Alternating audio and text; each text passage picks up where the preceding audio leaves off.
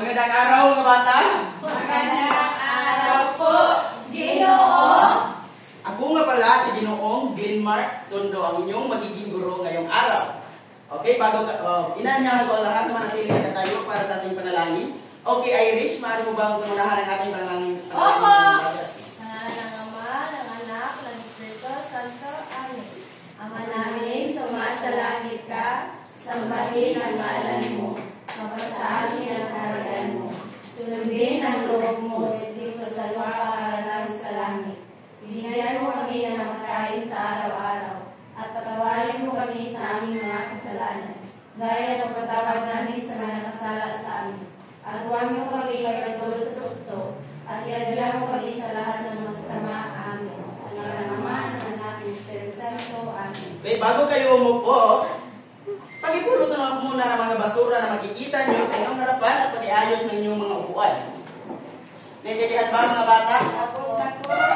Okay, sige, maaari na kayong umupo.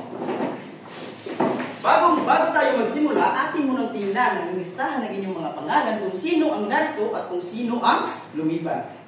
Okay. Narito ba si Irish Rubin? Narito!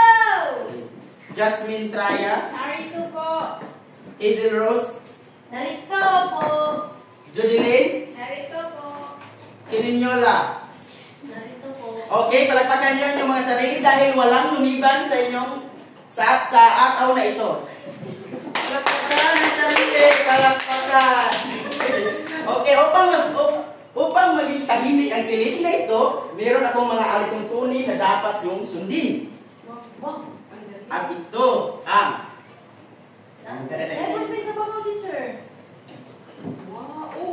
tulad ating mga alituntunin.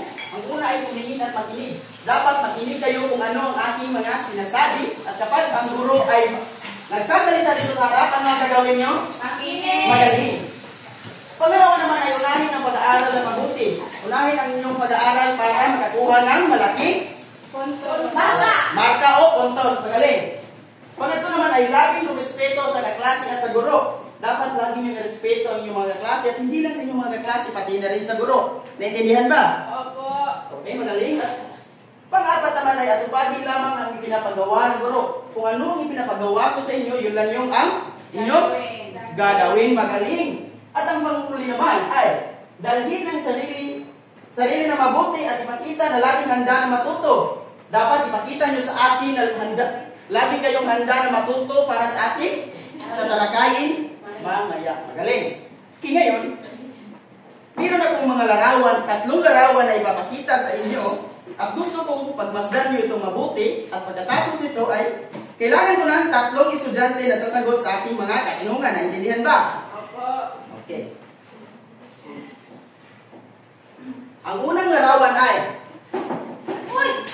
Leon! ano ito? Teacher! Okay, Jasmine? Leon, teacher. Leon, ano nga ang boses ng Leon? Rar! Okay, pakiulit nga. Oh, magaling! Ito naman ang pangalawang larawan. Ano naman ito? Rosas! Rosas, magaling. At ang rosas ay? Bulaklak! Bulaklak at? Red! Red at? Ano ba? At mabango. Ang bulaklak ay? Mabango. Panghuli. Ang panghuling larawan ay, handa na ba kayong makita ito? Okay. Ilaw! Ilaw! Ilaw! Nabalik pala, sorry. Okay, ano nga ito? Ilaw. Hindi yan baliktad. Okay, ano nga ito? Ilaw! Ilaw, magaling. At ang ilaw ay ginagamit saan? Ilaw! Sa madilim? Pwede. At saan ba nakikita? Saan? Kadalasan, saan nyo ba nakikita ang ilaw? Sa bahay, magaling. Wala ang ilaw. Sa labas ng paralan. Okay, magaling. Sige. Parang nanay teacher, ilaw ng tahanan. Okay, magaling. You have a great idea. Okay, ngayon. Ang unang katanungan. Kung ano ang maihahambing nyo sa leon? Maihahambing nyo sa leon. Okay, Jasmine? Matapang teacher. Matapang? It could be? Another? Mapangis. Malaki teacher. Malaki. Teacher! Teacher! Si Jasmine ay parang leon. Magaling! Si Jasmine ay parang leon. Mabangis. Parang leon. Mabangis si Jasmine. Okay, magaling mga bata. Okay, sa pangalawang katanungan. Hindi pa. Pakinggan muna ang ating itinatanong bago itaas ang inyong mga kamay. Pangalawang katanungan. Kung ang tao ay nahambing sa rosas, ano kaya ang ibig sabihin nito? Mabango. Hinahambing sa rosas? Teacher! Okay, is it? Matinik teacher kasi ako sa teacher may tinik. Ito Ako teacher. Tumubo teacher isa din mga rosas, itutubo, tapos ang tao ay tutubo. Okay, so hindi niyo nakuha ang ating hindi niyo nakuha ang tamang sagot at atin siyang panuhin. Kumbaga, isisimple ko ang tanong. Naiintindihan ba? Okay. Kung si Junilyn ay Junilyn pala. Si Junilyn ay parang rosas. Ano ang napansin niyo? Mabango! Teacher ka! Ano ang ibig sabihin? Kumikinang! Okay. Jasmine? Maganda siya. Okay, maganda. Ikaw? Si Judeline ay parang bulaklak kasi maganda at kanang mabango. Okay, very good. Okay, bigyan ng palakpakan yung mga sarili. Okay, sa panguling katanungan. Kung ang nanay ay ilaw ng tahanan, ano kaya ang ibig sabihin? Ilaw. Kung ang nanay ay nagsisilbing ilaw ng tahanan, Teacher! Teacher! Siya ang maging liwanag namin, teacher. okay, magaling. Magaling. Okay, Irish, na ba na-transfer? Si nanay ang nagdala ng liwanag sa bahay. Okay, magaling. Palakpakan nyo yung mga sarili dahil lahat ng inyong mga sinasabi at sinasagot ay tama. Alam niyo ba? Okay. Alam niyo ba mga bata, ang inyong mga sinabi kanina ay halimbawa sa paggamit ng tayutay. At yan ang ating tatalakayin ngayon. So, Irish, meron mo ba katanungan? Teacher, bakit ko lang butas ang P, teacher? Basta ang D, teacher?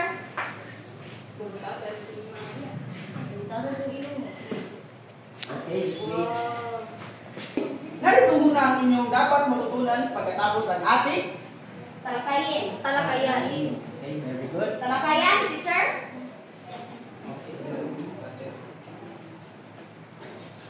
Ganda naman yan, teacher. Okay. Una ay natutukoy ang tayutay na pagtutulad at pagawani sa iba't ibang pangungusap. Pangalawa, na ipapakita ang pagpapahalaga sa maikling paggamit ng wika sa pamamagitan ng roleplay o sadula.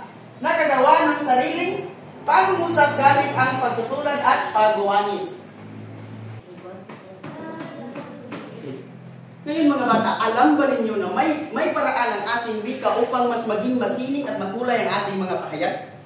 Isa na rito ang tinatawag nating tayutay. At dalawa sa bahagi ng tayutay ang pagtutulad at pagwawanis. Ngayon, meron akong pangungusap na ipapakita sa inyo at gusto kong pagmasdan niyo ito ng mabuti. Okay, pakibasa nga. Siya ang madalan at parang bituin. Sa pangungusap na ito mga bata, ano ang napansin niyo? Okay, Irish? Siya ay maganda na kanang hinahihan tulad siya sa bituin. Magaling at meron ginagamitan siya na words na parang magaling at ang tawag dyan ay pagtutulan. Naintindihan niyo ba mga bata? Okay. Sa pangalawang pangungusap, pakibasa nga. Siya ay bituin sa klase. Ano ang napansin niyo sa pangungusap na ito mga bata? Ginagamitan ba siya ng parang o gaya ng? May nakikita ba kayong parang o gaya ng dito? Wala po! Wala, magaling. At ang tawag dito ay pagwawanis. Magaling. Ngayon mga bata, ang ating tatalakayin ngayon ay patungkol sa paggamit ng mga tayutay at ang dalawa sa bahagi ng tayutay ay ang pagtutulad at ang pagwawanis.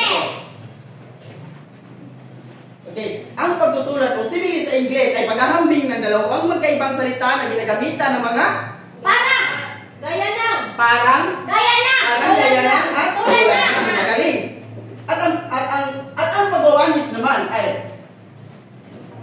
ang pagwawanis o metapora sa Ingles ay tahasang paghahambing ng dalawang magkaibang bagay na hindi ginagamitan ng pantukoy. Hindi kagaya ng pagtutulad na ginagamitan ng pagtukoy. Pag sinasabi naman natin pagtukoy ay yun yung parang gaya ng tulad ng. Okay, magaling. So ngayon mga bata, meron akong akong mga limang pangungusap dito na isinulat at gusto ko na mayroong 5 estudyante na pupunta dito sa harapan upang sagutan ang ating mga pangungusap. Magaling.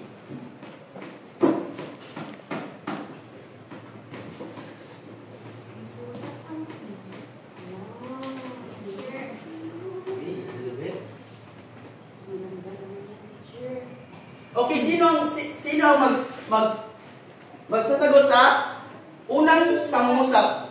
Okay, Irish? At sa pangalawa naman? Teacher. Jasmine. Pangatlo, Hazel Rose. At ang pang-apat ay Judeline. At ang palima ay si David. Sige.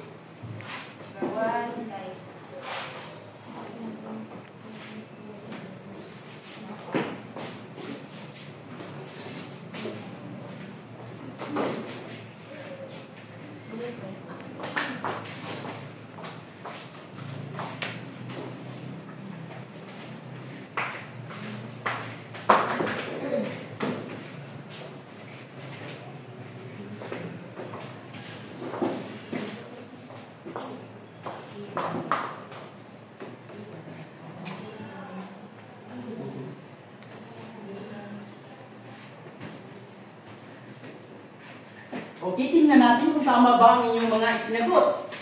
Ang kanyang tinig ay parang musika. Tama ba? Opo. Opo, dahil may ginagamitan ito ng pangtukoy na parang. Magaling. Kaya ang sagot natin ay pagtutulad. Magaling. At ang pangalawa naman, ang puso niya ay bato. May nakikita ba kayo mga pangtukoy ginagamit dyan? Wala, di ba? So ang tamang sagot ay, magaling, pagwawangis. Dako naman tayo sa pangatlong pangmusap. Ang kanyang mata ay tulad ng bituin. Pagtutulad dahil ginagamitan ito ng pangtukoy na tulad ng. Okay. Pang-apat na pangmusap. Ang buhay ng tao ay isang paglalakbay. Ano ang napansin niyo sa pangmusap na iyan? Sa tingin niyo ba tama ang kanyang isinagot? Hindi. Ang buhay ng tao ay isang paglalakbay. Sino ang nagsasabing hindi tama ang isinagot ni? Pakita. Hindi. At sino ang nagsasabi na tama ang kanyang sinagot? Okay, oh my God, I feel sorry for you, but ang kanyang sagot ay tama. Dahil tama ang kanyang sinagot dahil ang buhay ng tao ay isang paglalakbay. Ang sinasabi natin kanina, di ba? Ang pagtutulad, balik tayo sa pagtutulad. Ang pagtutulad ay paghahambing ng dalawang magkaibang salita na hindi ginagamitan ng pangtukoy kagaya ng tulad ng uparang. May nakikita ba kayo dito na gaya ng tulad ng uparang? Wala, di ba? So ang tamang sagot dyan ay pagtutulad. Pagwawangis. Pagwawangis. So wrong ang 4. Okay, ang tamang sagot dito ay pagwawangis. Number 4, teacher. Number 3. Okay, ang panguling pangungusap naman ay ang mga bata ay gaya ng mga ibong malaya. Pagtutulad yan, teacher. Pagtutulad, dahil may nakikita tayo ng gaya. Ginagamitan ito ng pangtukoy.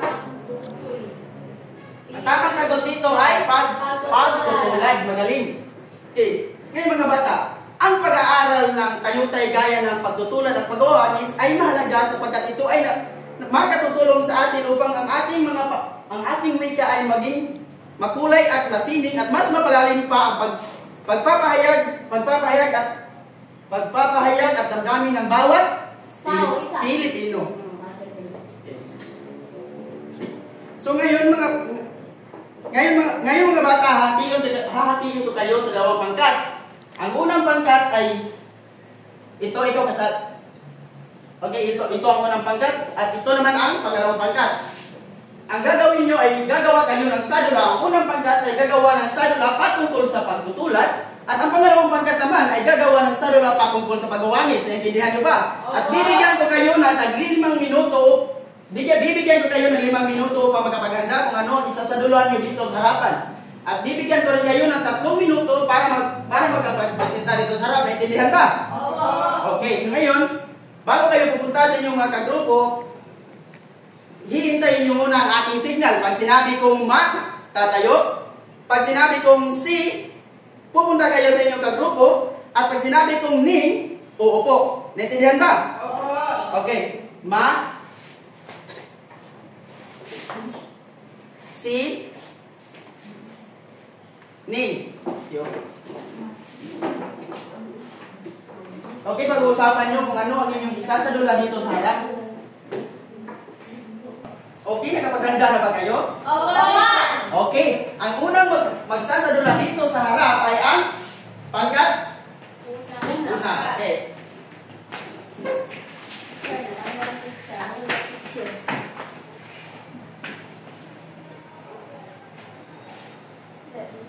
Yay! Wow! Boss, si Irish ay ang kagandahan niya ay parang diwata. Okay, magaling. Bigyan natin ng magaling clap ang unang pangkat. Alam niyo ba kung paano gawin yan?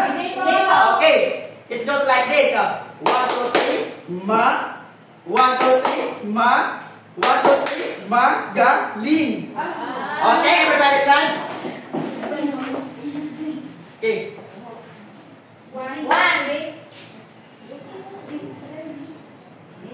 One, two, three, go. 1, 2, 3, ma. 1, 2, 3, ma. 1, 2, 3, magaling. Sakto ba, teacher? Okay, tama. So ngayon, titingnan naman natin ang presentasyon ng pangalawang pangkat.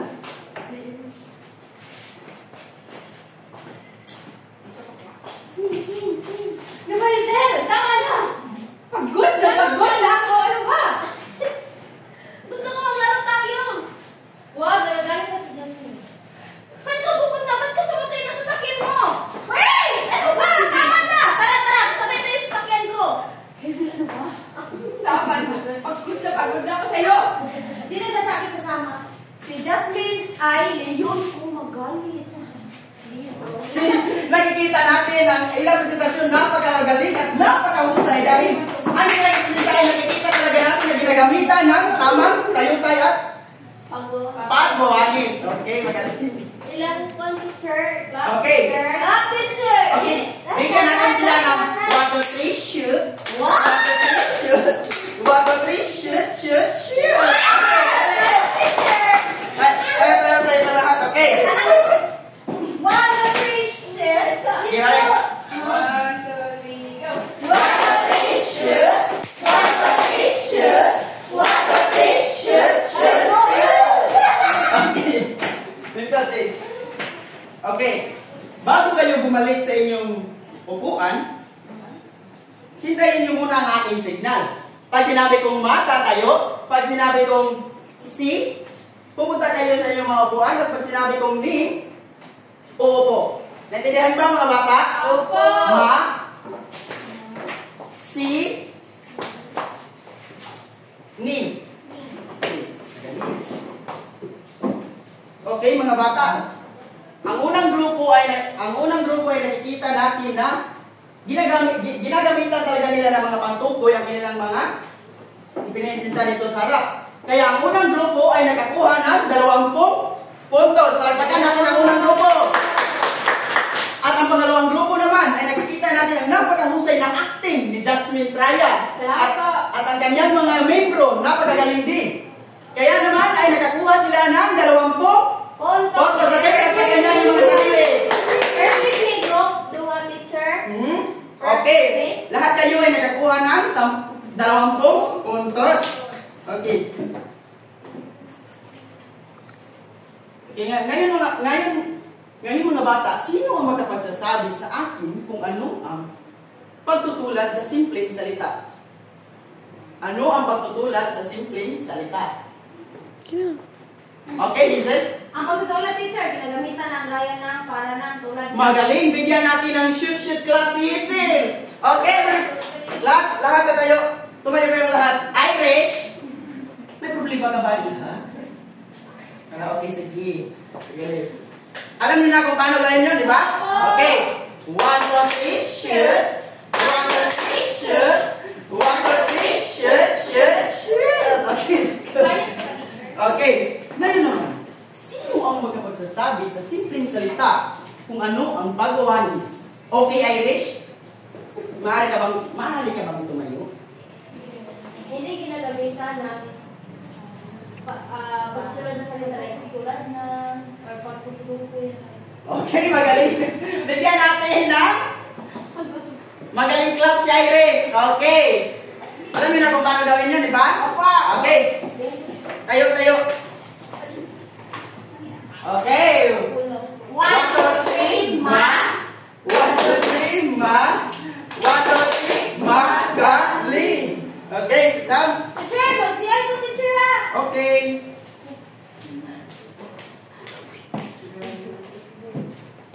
Ngayon mga bata,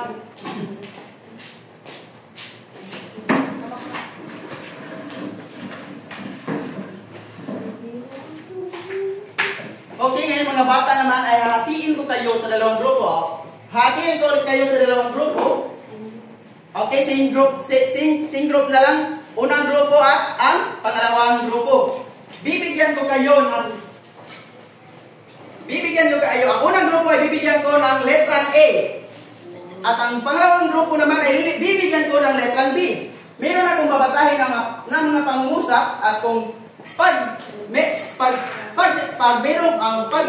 binabasa ko pangungusap na ang sagot ay pagtutulad, ang gagawin nyo ay itataas nyo yung letra A.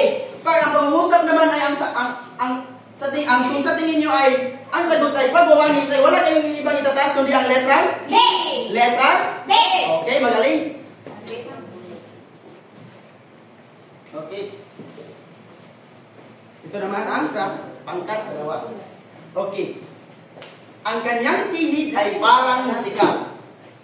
Magaling. Ang sagot ay? Pagtutulad. Ang puso niya ay parang bato. Pagtutulad. Okay, magaling. Ang sagot ay? Pagtutulad. Bakit pagtutulad, Ibi?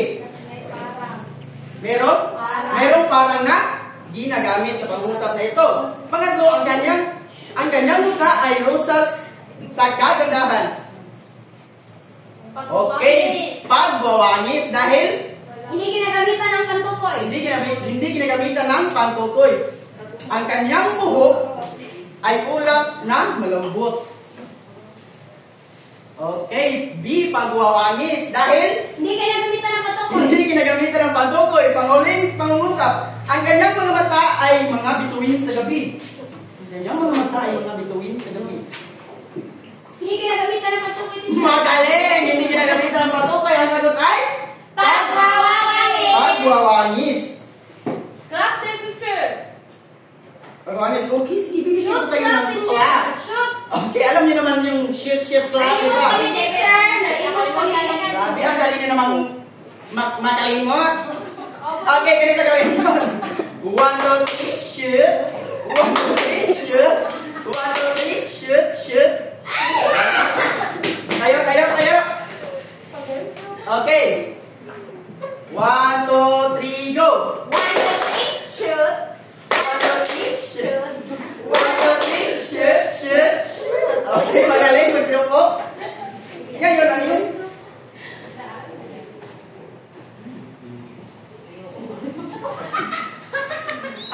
Ngayon, ang yung tagdang natin ay Kulbaan ka ba, teacher? hindi naman. Bakit? Okay, Teacher, maganda naman. ang takdang aralin ay gumawa ng 6 na pangungusap Na gumagamit ng pagtutulad at pagwawangis. 3 sa pagwawangis at 3 sa pagtutulad. Isulat ito sa isang buong papel. Ipasa niyo ito bukas sa oras ng ating teacher. Okay, naintindihan ba? Teacher. Pabili ka sa mama mo. Takdang aralin yan kasi.